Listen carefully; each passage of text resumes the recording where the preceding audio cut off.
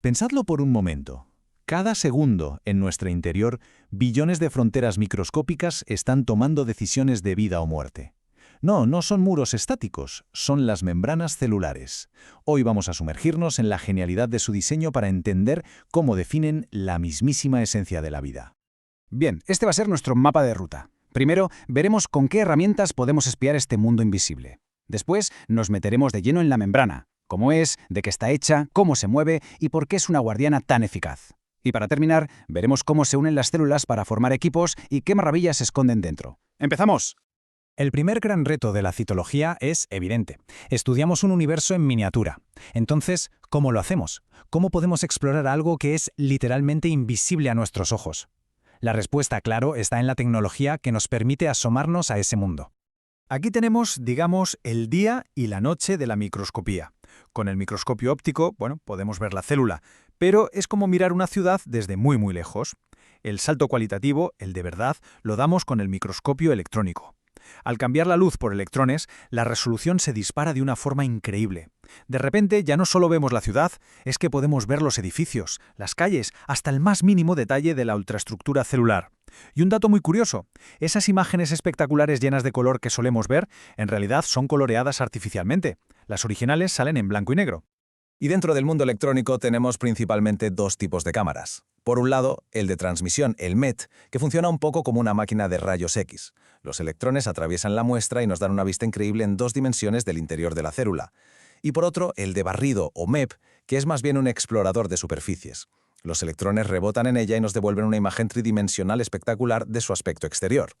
Vale, ahora que ya tenemos las herramientas para verla, vamos a enfocar nuestra atención en la gran protagonista de hoy, la membrana plasmática. Es fundamental que nos olvidemos de la idea de que es un simple muro. Hay que pensar en ella como si fuera la piel de la célula, una frontera inteligente, viva y superactiva. Esta capa es finísima, increíblemente delgada, solo unos 7,5 nanómetros. Para que nos hagamos una idea, es miles de veces más fina que un pelo. Pero en ese espacio tan diminuto se decide todo, que entra y que sale de la célula.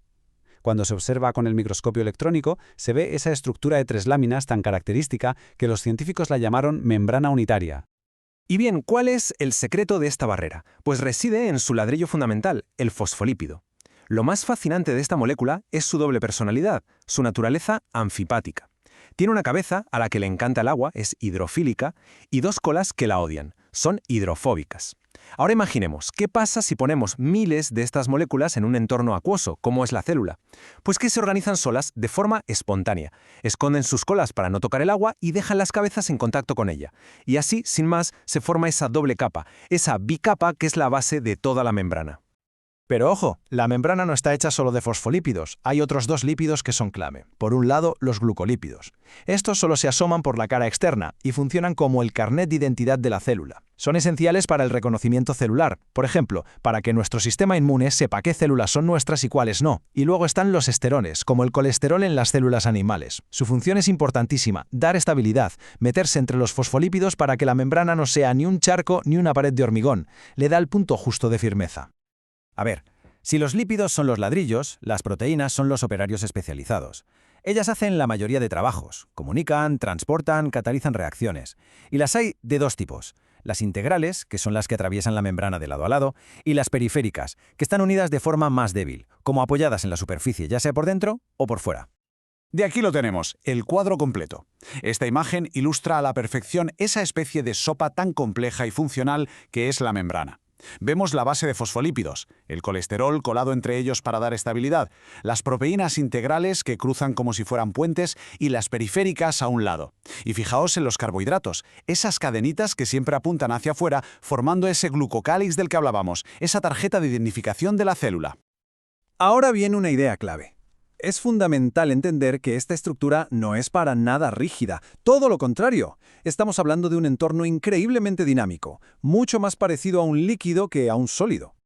Esta idea de una membrana dinámica se resume en el modelo del mosaico fluido. Se propuso en 1972 y, la verdad, revolucionó la biología. El concepto es simple pero potentísimo. La bicapa de lípidos es como un mar de aceite y las proteínas flotan en él como si fueran icebergs. Y tanto los lípidos como las proteínas pueden moverse, navegar de un lado a otro. Y un detalle crucial, la membrana es asimétrica. La cara interna y la externa no son iguales. Y esa fluidez existe porque sus componentes no paran quietos ni un segundo. Los lípidos, por ejemplo, pueden girar sobre sí mismos, sus colas se doblan y flexionan y, lo más común, se mueven de un lado a otro cambiando el sitio con sus vecinos.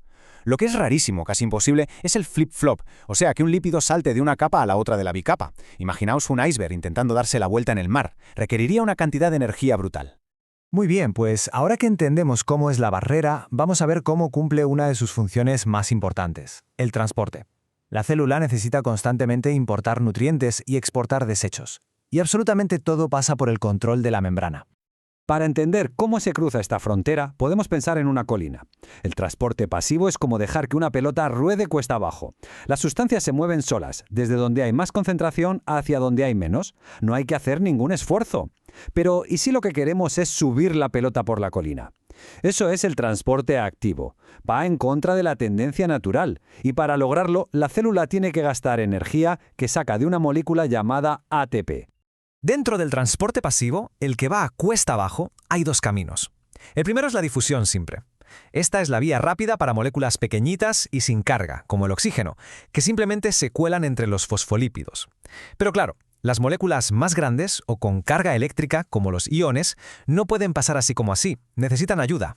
Y para ellas existe la difusión facilitada, que utiliza proteínas como si fueran puertas. Algunas son canales, que son como túneles, y otras son transportadoras, que funcionan más como una puerta giratoria. Vamos a ver cómo funcionan esas puertas giratorias, las permeasas.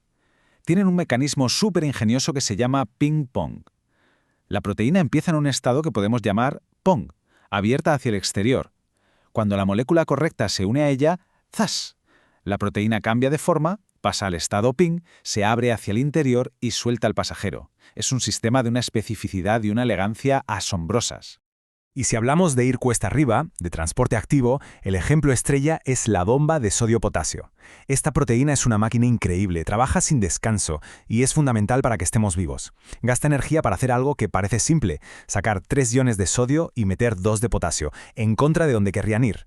¿Y por qué esto es tan vital? Porque este bombeo constante crea una diferencia de carga eléctrica a ambos lados de la membrana. Y esa diferencia es la base del impulso nervioso. Cada uno de nuestros pensamientos depende de que miles de millones de estas bombas estén funcionando a pleno rendimiento. Vale, ¿y qué pasa si la célula necesita mover algo enorme, como una bacteria, o exportar de golpe un montón de hormonas? Para eso existen los transportes en masa. La endocitosis, que vemos a la izquierda, es el arte de comer o beber del exterior. La membrana se hunde, envuelve el material y lo encierra en una burbuja, una vesícula. Y la exocitosis, a la derecha, es justo el proceso contrario. Una vesícula llena de material viaja hasta la membrana, se fusiona con ella y libera todo su contenido al exterior. Es básicamente el servicio de paquetería de la célula. Está claro que las células de un organismo pluricelular no viven solas y aisladas, necesitan conectarse entre sí y anclarse a un soporte para poder formar tejidos y órganos que funcionen correctamente. Y en este punto las células animales y vegetales han encontrado soluciones muy diferentes. Los animales construyen a su alrededor una especie de andamio flexible, la matriz extracelular. Las vegetales, en cambio, son más drásticas. Construyen un muro rígido de celulosa. Esta pared celular no solo da a las plantas su estructura, sino que también funciona como un corsé que evita que la célula reviente por la presión que ejerce el agua en su interior.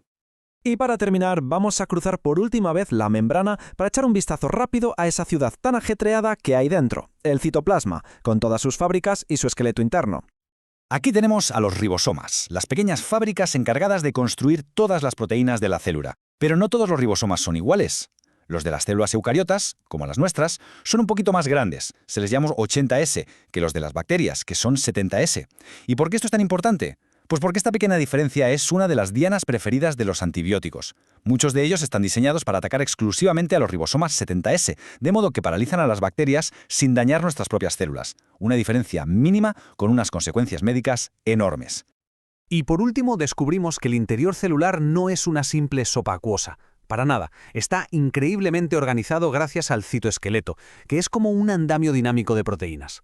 Esta red da forma a la célula, mantiene los orgánulos en su sitio y funciona como un sistema de autopistas para el transporte interno. Está hecho de 3 tipos de vigas: los microfilamentos, que son los más finos y son cruciales para el movimiento; los filamentos intermedios, que son como cables de acero que dan resistencia; y los más grandes, los microtúbulos, que son esas autopistas por las que se mueven los componentes de la célula. Así que, si hay una idea con la que nos tenemos que quedar hoy, es esta. La membrana no es un muro, es una frontera viva, inteligente y que está en constante movimiento. Es la estructura que consigue crear orden a partir del caos, la que permite que exista un dentro y un fuera. Y esa es la condición fundamental para que la vida, tal y como la conocemos, pueda existir. Es, en esencia, donde todo comienza.